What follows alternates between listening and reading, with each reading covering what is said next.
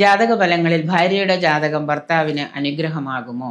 ഭാര്യയും ഭർത്താവും അനുയോജ്യരായിരിക്കുമോ? ഇവരുടെ ബെഡ്റൂമിലെ കിടക്കയിൽ സംതൃപ്തരായിരിക്കുമോ?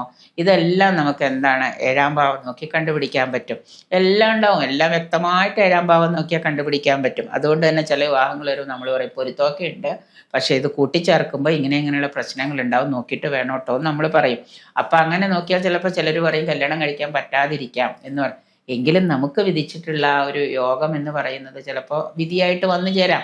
എന്നാലും സ്ത്രീ ജാതകത്തിലെ 8ാം ഭാവം സൂക്ഷ്മ വിശകലനം ചെയ്യേണ്ടതാണ്.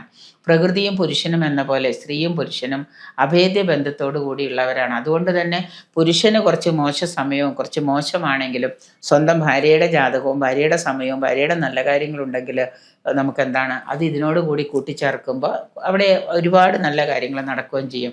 അതുകൊണ്ട് തന്നെ സ്വന്തം ഭാര്യയുടെ ജാതകം എന്ന് പറയുന്നത് ഒരു പരിധിവരെ ഭർത്താവിന് അനുഭവയോഗ്യമാകുന്നതാണ്. അപ്പം അതുകൊണ്ട് പൊരുത്തം നോക്കുന്ന സമയത്ത് 2 ജാതകവും കൂടെ വെച്ച് ടാലി ആകുമ്പോൾ അതുകൊണ്ട് ഇത് കോമ്പൻസേറ്റ് ചെയ്ത് പോകുമോ എന്നുകൂടി നോക്കുന്നത് വളരെ നന്നായിരിക്കും.